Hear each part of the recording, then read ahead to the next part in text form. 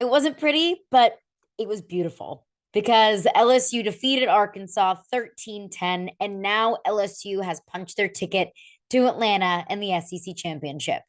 But I'll break down why I don't think LSU fans should be discouraged by a less than impressive offensive outing from LSU on Saturday against Arkansas. All that and so much more on today's edition of Locked On LSU. You are Locked On LSU, your daily podcast on the LSU Tigers. Part of the Locked On Podcast Network, your team every day.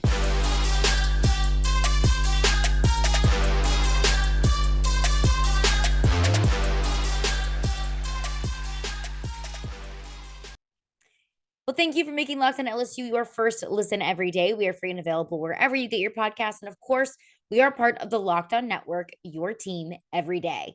Today's episode of Locked On LSU is brought to you by Bet Online. Bet Online has you covered this season with more props, odds, and lines than ever before. Bet Online, where the game starts. My name is Caroline Fenton, and I'm your host, as I am every day. I graduated from LSU. I've been covering LSU football since 2016, and I now host a sports talk radio show in Nashville, Tennessee. And you can also find us on YouTube. So if you listen on Spotify or Apple Music or Amazon Music, whatever your preferred podcast platform is, then wonderful. But remember that you can also find us on YouTube as well, Locked On LSU. So it wasn't pretty at all. It was rather gross, to be completely honest with you. But it was beautiful because all LSU needed to do on Saturday against Arkansas in chilly, frigid, snowing, freezing Fayetteville. And if you're listening to me say that, if you're, north of the Mason-Dixon, you're probably laughing out loud hearing me, describe 40-degree temperatures as freezing and frigid, whatever.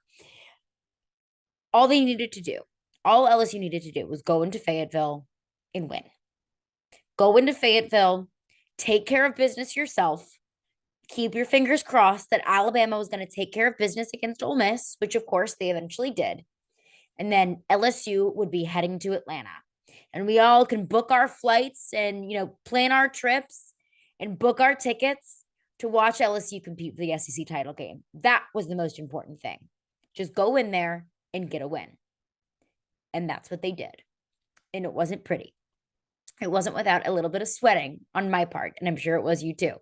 And it wasn't without a little bit of, chewing on my fingernails a little bit because I was so nervous about that game, because I was so frustrated that this LSU offense couldn't seem to get anything moving against this Arkansas defense. And I want to get into exactly, what we saw from LSU's offense on Saturday, but overall, before we get into the nitty-gritty, before we get into Harold Perkins being an absolute monster, before we get into how we should feel about LSU's offense on Saturday and, where our thoughts are at and if we should be discouraged or how we should feel about that, at least my opinion of how we should feel about that. Before I want to get into all of that, I just want to take a second to just marinate in the fact that LSU won the SEC West. That LSU is heading to Atlanta to compete for an SEC championship. That if LSU wins out, if LSU runs the table and beats Georgia in the SEC championship, which I know is going to be an incredibly difficult feat, which I know is, a long way away. And we can talk about that for the next, 3 weeks or so. I understand that. But if they do that, then there's a legitimate chance that LSU could get in the college football playoff. Let's just think about that for a second. Let's just think about where we all came from in just a few short months. Let's not forget that 11 short months ago, LSU was playing in a bowl game with 39 scholarship players. Let's not forget that just 11 months ago, there was a wide receiver playing at quarterback who hadn't taken a snap at the quarterback position since high school. Let's not forget that this program was pretty much barren when Brian Kelly came in here. When Brian Kelly came in and cleaned house and tried to completely shift the philosophy and the culture within this program. That we all were experiencing, or at least expecting to experience, some serious growing pains. Because that's where this team was at. That's where this program was at. Back-to-back 500 or sub-500 seasons, barely squeaking into a bowl game and pretty much kind of getting embarrassed against Kansas State because there just simply were no players. LSU just simply had no personnel. It seemed like the 2019 season was such a distant memory away, considering how quickly things flipped and how quickly things changed and how quickly LSU fell off from, the very, very top of the college football world, from fielding a team that will probably be studied by college football aficionados from year to come, to a sub 500 team that struggled against Missouri, that gave up 600 something passing yards to Mississippi State in that first game following the national championship. I don't forget that. I don't forget that that was just a couple years ago. I don't forget that just a few short months ago, this team had nothing. I was, cautiously optimistic. Maybe I was, so hopeful, and I was so blinded by my fandom that I was hopeful that something could come of the season. But I also wanted to be realistic and understand that, hey, this team is going to take some time. Brian Kelly's going to need some time. Even after that Florida State game just a few short weeks ago, I looked at that and said, look, I mean, this team's going to take some time. Let's, it's not on Brian Kelly. It's not a bad coaching staff. It's not a bad hire. It's not a bad team. It's just a team that's going to take some time. So after that Florida State game, I was fully prepared to put my ego behind me and just watch LSU and just hope they were able to squeak out a few wins.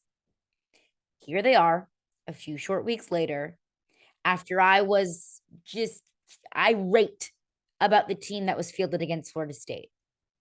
Now that team is competing for an SEC championship.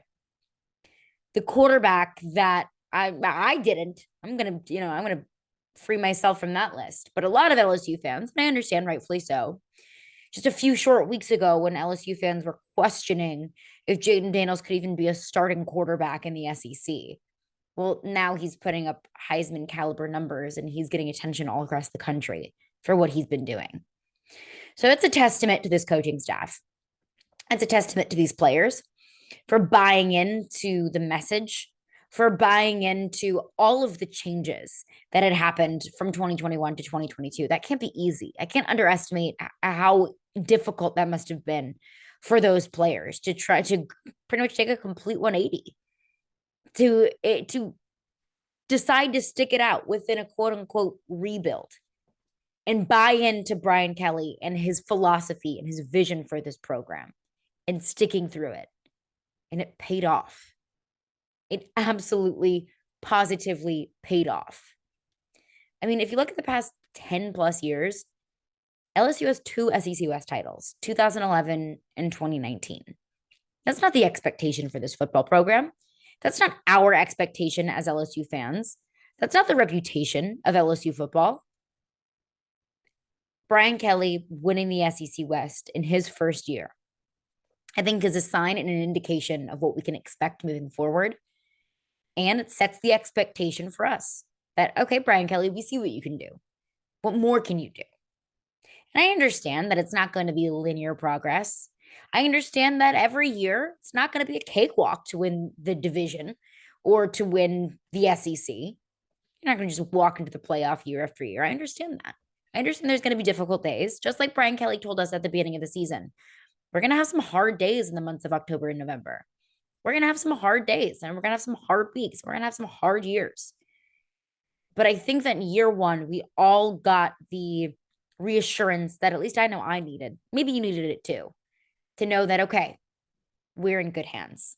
This team is in good hands. And winning the SEC West in year one, I don't really know how much more reassurance you would need. So all of that frou-frou fluff and all of the praise that I'm giving this coaching staff, one area that wasn't very exciting to see on Saturday, but how should LSU fans feel about that? We'll get into that coming up next. But before we do that, I want to tell you about Simply Safe. So if you've thought about securing your home with home security, but you've kind of been putting it off, then you want to listen up. No more putting it up right now.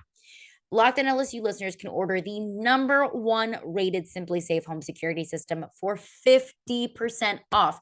50% off. That's their biggest offer of the year, and you do not want to miss it. So my favorite thing about Simply Safe is the fact that I know that 24/7, any hour of the day, any day of the week, I know that my home is protected. They have 24/7 monitoring agents on Simply Safe's tech support staff. So whether you're at home and you kind of hear something suspicious or see something suspicious, or even if you're on the road, if you're away from your house and you check in on the Simply Safe cameras on your phone, on the app, then they will have agents that are able to take care of your concerns and address your concerns immediately. The 24/7 professional monitoring agents use Fast Protect technology exclusively from SimpliSafe to capture critical evidence and verify that the threat is real so you can get priority police response, and also so you can get the peace of mind that you need to know that your home and your loved ones are safe. Don't miss your chance to save big on the only security system that I recommend.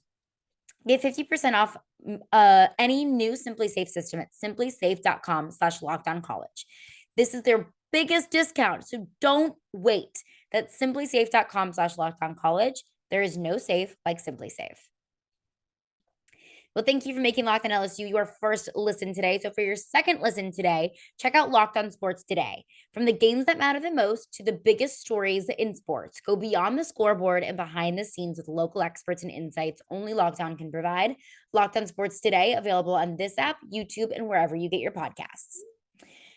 So one area, LSU won the SEC West. LSU needed to go into Fayetteville, and LSU needed to get a win, and that's exactly what they did. But it didn't come without a little bit of anxiety. If y'all listened to the podcast last week, I said it several times. I think my prediction for the game was 45-28 LSU. I was expecting Florida, Ole Miss, Alabama caliber offense from LSU, where they could just roll down the field, where Jayden Daniels was throwing it down the yard, where it was balanced passing game, balanced run game, putting up 600 plus yards of offense on the day. That's what I was expecting. Obviously, I was wrong on both sides. Neither team came close to either of the numbers or the score predictions that I gave. It was a good day for the under bettors. So if you bet the under on LSU Arkansas, then hats off to you. You are a better than I am. But I want to talk about the offense, because I think that's one area that I know I stepped away from feeling a little bit uncomfortable and feeling like, what's going on here? Where is this LSU team that we've seen the last month? Where is this LSU offense that, completely had an awakening in the middle of the season? And that's exactly what it was. I think it was a very uncomfortable or rude reminder that this LSU offense is still kind of finding itself. That this LSU offense is still trying to kind of figure out exactly what this identity is offensively. I understand that this is a what have you done for me lately league. Before going into the Arkansas game, what LSU had done for me lately is put up 40-something points a game. Is Jayden Daniels throwing for 350 yards a game? Is this LSU rushing attack running for 150 to 200 yards a game? LSU putting up massive points and massive numbers of yards. And I thought, yep, they did it. They cracked the code. It done, solved, fixed, problems behind us, full steam ahead. I think that this was a rude reminder that that's not necessarily the case. And I said that this team's progress won't be linear year after year after year. I think that also kind of comes to fruition week over week over week this season, that this is not linear growth, that you're going to have some days where the offense doesn't look like it did against Florida, when Jayden Daniels doesn't score 6 touchdowns, because this offense is still, in college football time, this offense has, really figured out its identity in really a blink of an eye. So I think that's kind of where we are here. Is it a concern for me long term? No, it's not. And I don't think it should be for you either. Because just as the Florida, Ole Miss, Alabama offense that we saw from LSU wasn't going to be the new norm, this offense that we saw from LSU against Arkansas that's also not the new norm either. We've seen what this offense can do. I think it's as simple as a few things. I hate doing this. I feel like this is such a like a loser excuse. Was it the weather? I mean, it was cold. It was cold, to be completely honest. And Jayden Daniels is a quarterback who's spent time in California, Arizona, and Louisiana, not a ton of experience in the elements there. And this was, the first cold game of the season. I'm not going to say, oh, it was just the weather. That was it. But I also would be naive to think that that didn't at least contribute partly to this offense, stumbling and mumbling a little bit. But I think the biggest thing here is you got to give credit to Barry Odom, Arkansas's defensive coordinator, because Arkansas's defense played a hell of a game.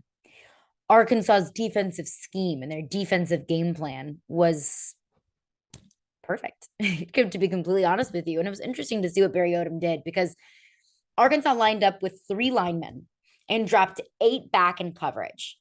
And if I told you that, you'd say, okay, well, that's dumb of Arkansas. Just run the ball all day long, which you would think. But that would be ignoring the 2 linebackers that they put kind of at midfield, behind the defensive line and in front of the defensive backfield. Kind of the same way that Matt House uses Harold Perkins as a quarterback spy. Arkansas dropped 2 linebackers back in coverage and used 2 quarterback spies. So it limited what LSU could do in any dimension. Because I always say before every game, I want to see a balanced offense. I want to see it on the ground. I want to see it in the air. That's how I think this LSU offense is going to be its most successful. But the way that Barry Odom schemed this defense, it was going to take away the threat of either the run or the pass because he got 3 linemen. Okay, well, that means run the ball, whether it's with Jayden Daniels or it's with Josh Williams or whoever else in this running back by committee. Well, okay, well, you got 2 linebacker spies that can come up and stop the run. Okay, well, if they can stop the run, well, then you're going to throw the ball. Okay, we got 8 players back in the defensive backfield in coverage. So that's going to take away a lot of the threats in the passing game. And I think that you saw that the limited options that LSU had offensively, I think you kind of saw that kind of freak Jayden Daniels out a little bit.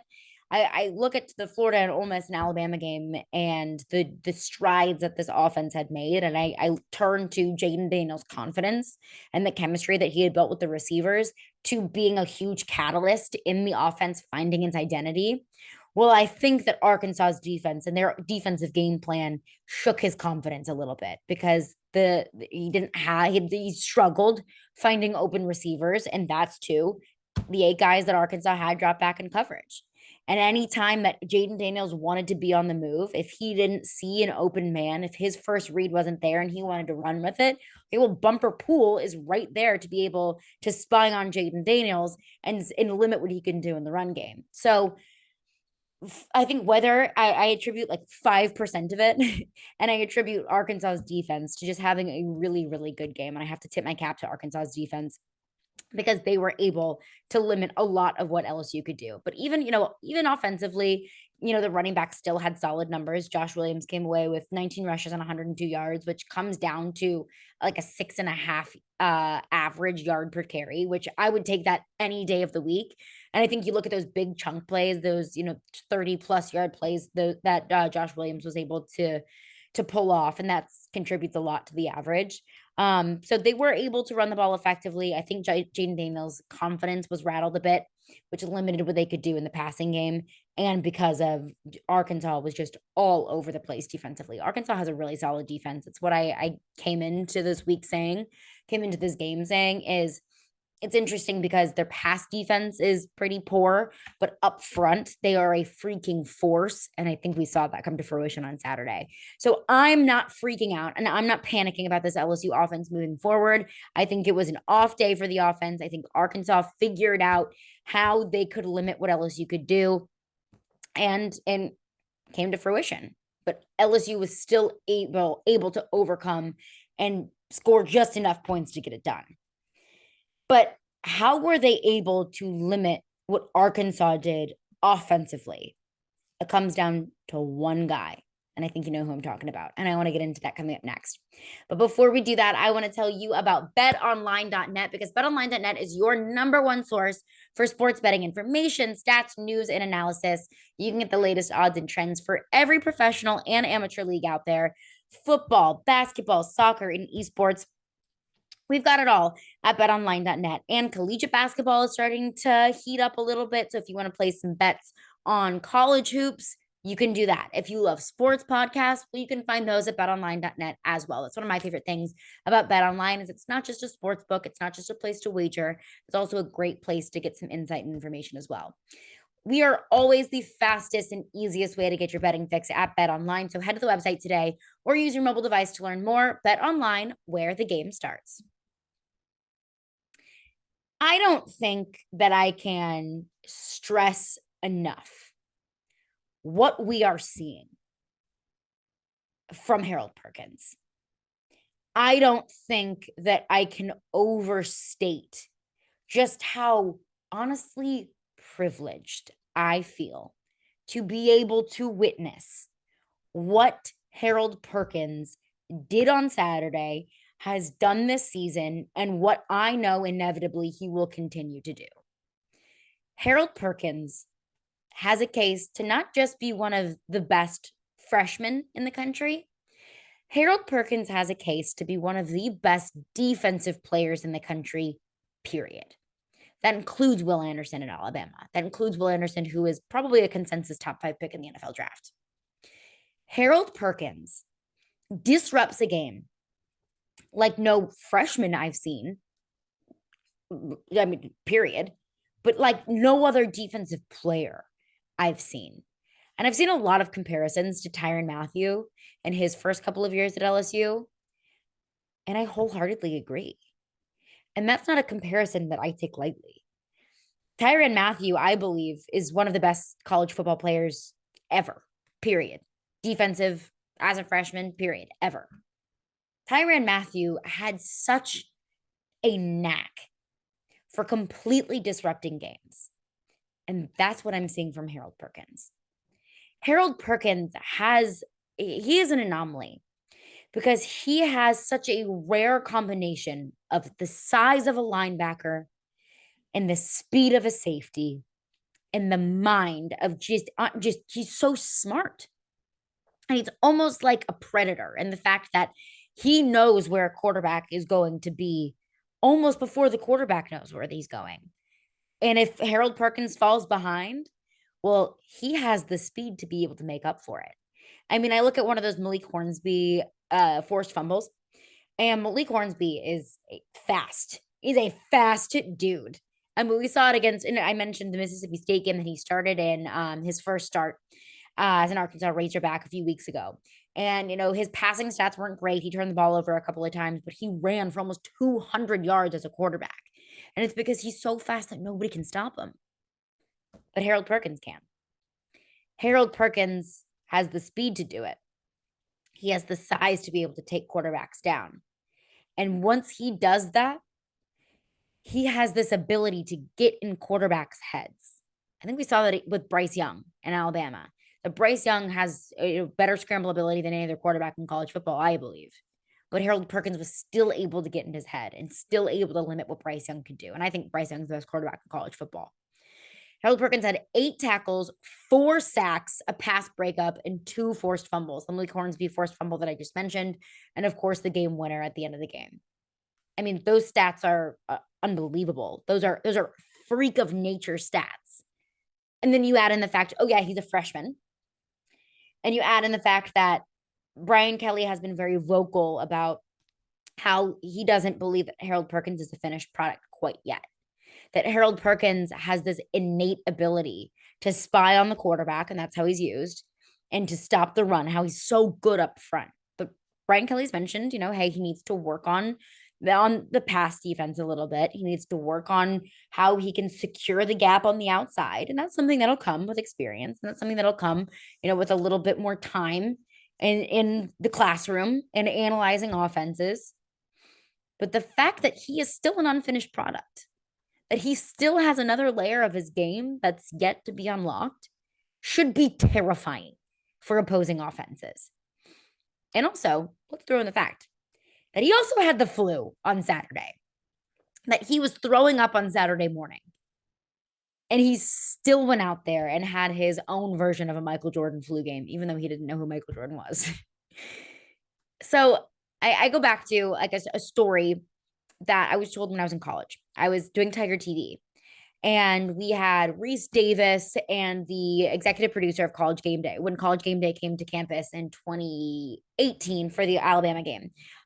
We as Tiger TV students, as student reporters, we had them come in and they talked to us about, the industry and their expertise and advice they had for students. And it was a great experience for myself and, fellow students at the time. And Reese Davis told a story about one time he was doing college basketball game day.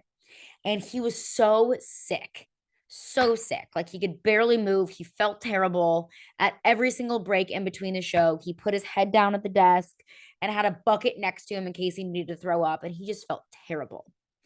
But the executive producer told us that, once they came back from break, he just turned something on. Once the cameras were on and once he was on and once his job started, you would have had no idea that he was feeling sick. You would have had no idea that there was a puke bucket at his feet or that he was feeling terrible. And the message that they were trying to tell us as student reporters was, some days you're going to have hard days. Some days you're just going to feel terrible. But the best people at this job, the pros, can be pros and can be good at their jobs even when they feel terrible. That's what I see from Harold Perkins. Even when he feels terrible, he can still go out there and execute at an elite level as a freshman. That's a maturity thing that I think you just can't teach. That is a put the team on my back kind of element that I just don't think you can coach. That's an innate ability, an innate, quote unquote, I hate doing this, dog in him that you just can't teach. That he has this sense that you just can't coach.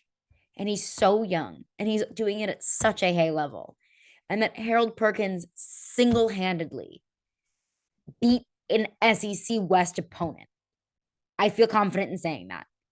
And that's not to discredit Jayden Daniels. That's not to discredit Josh Williams and what he was able to do in the run game. That's not to discredit any of the other defensive players, Ali Gay and BJ Ojolari, who were able to set Harold Perkins up for success. But I think any of those guys would agree. Harold Perkins single-handedly won that game. When all LSU needed was just a win, Harold Perkins was able to carry them to do that. And I don't think that I can say enough about just how big of an impact Harold Perkins has on this team. And I think that you feel it too. But coming up on tomorrow's episode of Locked on LSU, we've got some college football playoff rankings coming out Tuesday night. Where will LSU land compared to the rest of the college football playoff picture, plus what Brian Kelly had to say about the game on Saturday and the upcoming opponent, UAB, on Saturday. We'll get into that on tomorrow's episode. But thank you for making Locked on LSU your first listen. So for your next listen, check out the Locked on Sports Today podcast. It's the biggest stories of the day in sports. Plus, you can get instant reactions, big game recaps, and the take of the day. It's available in the Odyssey app, YouTube, and wherever you get your podcasts.